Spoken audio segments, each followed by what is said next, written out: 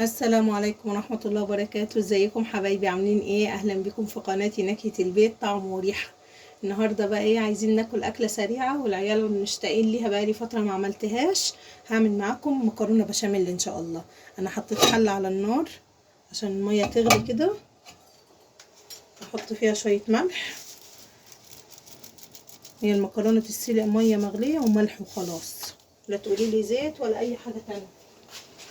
هحط المكرونة بقى.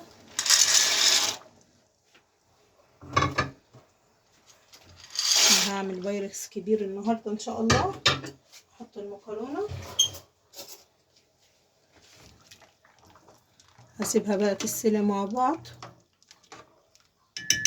هخليها كده يعني ايه، نص سلقه، يعني سلقه الا حاجه بسيطه، عشان لسه هحطها في الفرن وهحطها في يعني هتستوي تاني في الفرن، فعشان ما تعجنش منك. وهنعصج مع بعض دلوقتي اللحمه،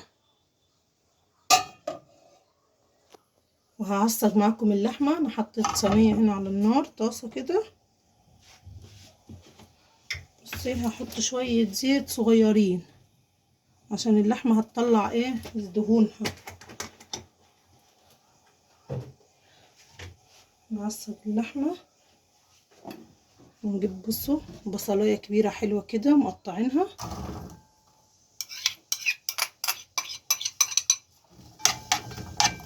هتتشوح معانا كده لغايه ما تدبل بس، مع رشه الملح.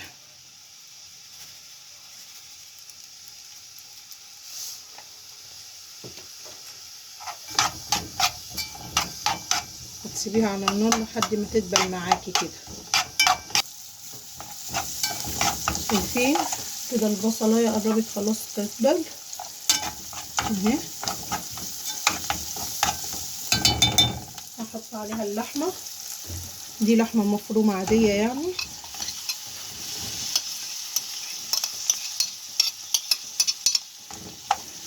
هنشوحها مع البصل، ونحط لها فلفل اخضر، فلفل الوان اللي عندك يعني. انا عندي فلفل اخضر اهو، هزوده عليها بس بعد ما ايه تدبل تستوي اللحمه بس مع البصل. والمكرونه اهي جنبينا لسه بتستوي على النار.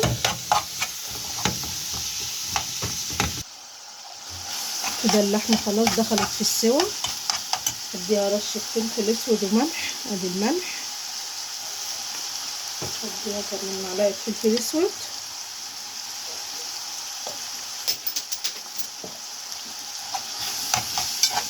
عشان نتنكر كده مع بعض.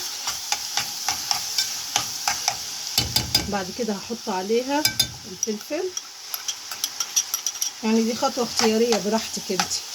ممكن تحطي فلفل الوان، ممكن ما تحطيش خالص، براحتك. كان عندي فلفل اخضر حطيته. اديها بس تقليبه مع بعض وهحضر البشاميل. بص المكرونه استوت عندي اهي، صفيتها اهي.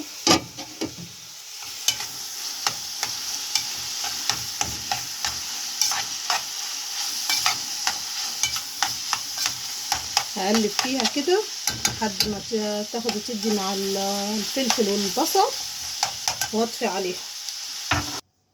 هعمل معاكم بقى البشاميل. انا حطيت معلقتين سمنه عشان ايه يسيحوا كده على النار، وهحط عليهم ايه معلقتين الدقيق دول.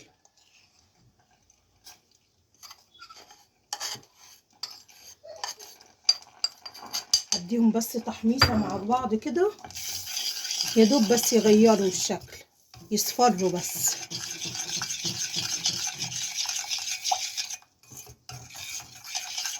عايزه معلقه كمان.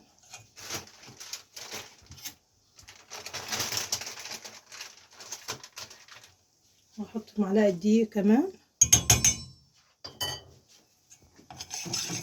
يتحمصوا بس مع بعض.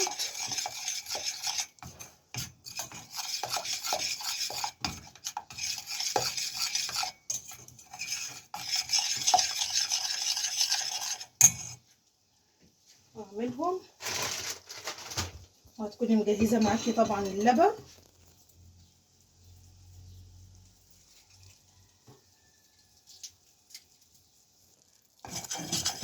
بصي كده اتحمصوا مع بعض. نزود عليهم اللبن، نزود عليهم اللبن.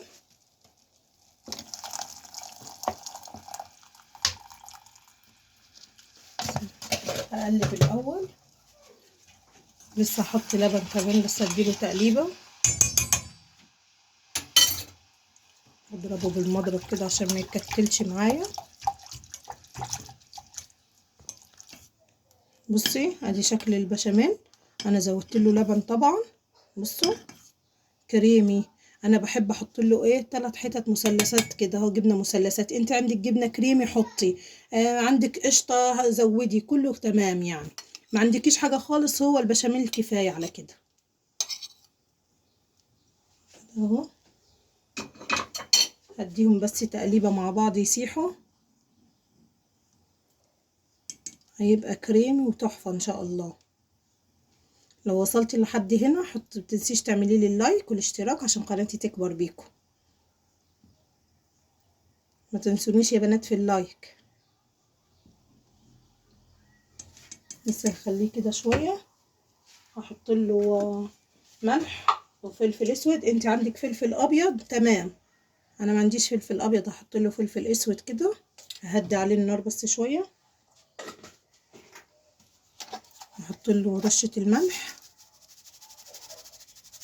عشان كده يبقى طعمه جميل. المكرونه استوت عندي والحشوه اتعصجت، مش فاضل غير بس البشاميل. بصي كريمي وانسيابي قوي. بصي لسه الجبنه مسحتش اهي، تخليه لحد ما الجبنه تسيح معاكي وتبقى كريمي. وكمان هزود ايه، هزود عليه شويه جبنه موتزاريلا. هحط عليه شويه جبنه موتزاريلا كده، مش كتير عشان هحط على الوش.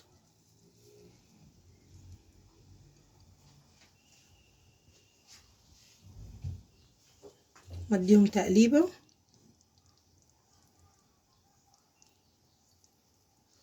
الجبنه الموتزاريلا مش هتاخد وقت، هتسيح في حراره البشاميل.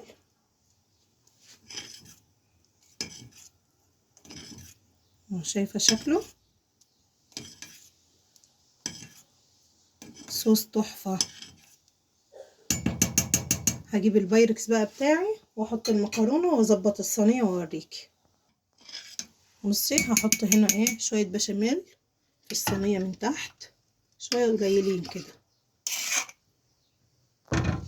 عندنا طبعا المكرونه عشان خلصت بدري فجمدت شويه، مع انها لسه سخنه والله.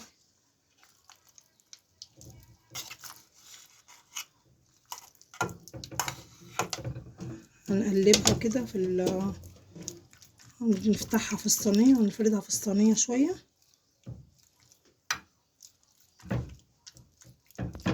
كده. حطيت طبق من المكرونه، هحط ايه، هحط الحشوه بتاعتي على قد الصينيه يعني.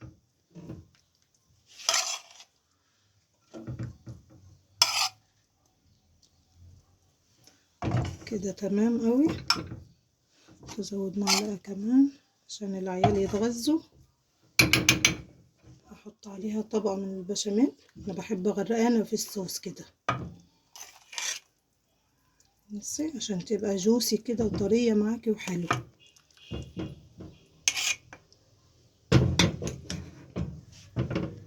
لسه هحط عليها طبقه كمان من المكرونه.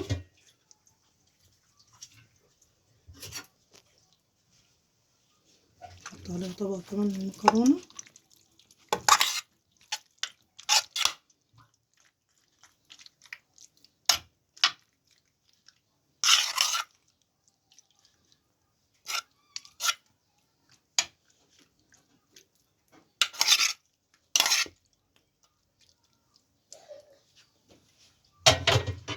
بعد كده هحطها اغطيها بقى بالبشاميل.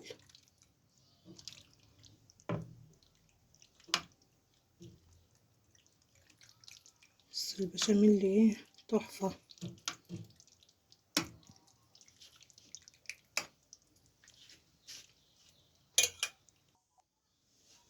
بعد ما غطيتها بالبشاميل هحط عليها ايه موتزاريلا.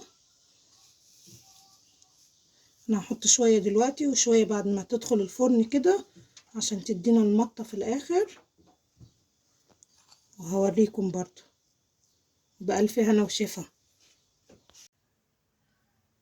دي شكلها بعد ما خرجت من الفرن، لسه سخنة. هوريكم شكلها بقى.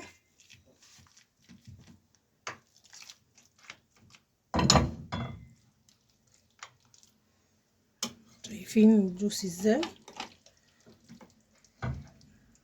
شايفين؟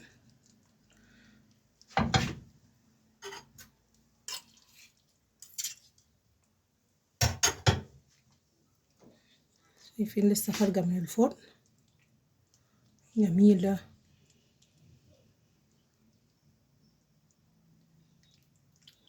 لو عجبكم الفيديو اكتبولي رأيكم في التعليقات، وما تنسوش تعملوا لي لايك والاشتراك عشان قناتي تكبر بيكم. شايفين؟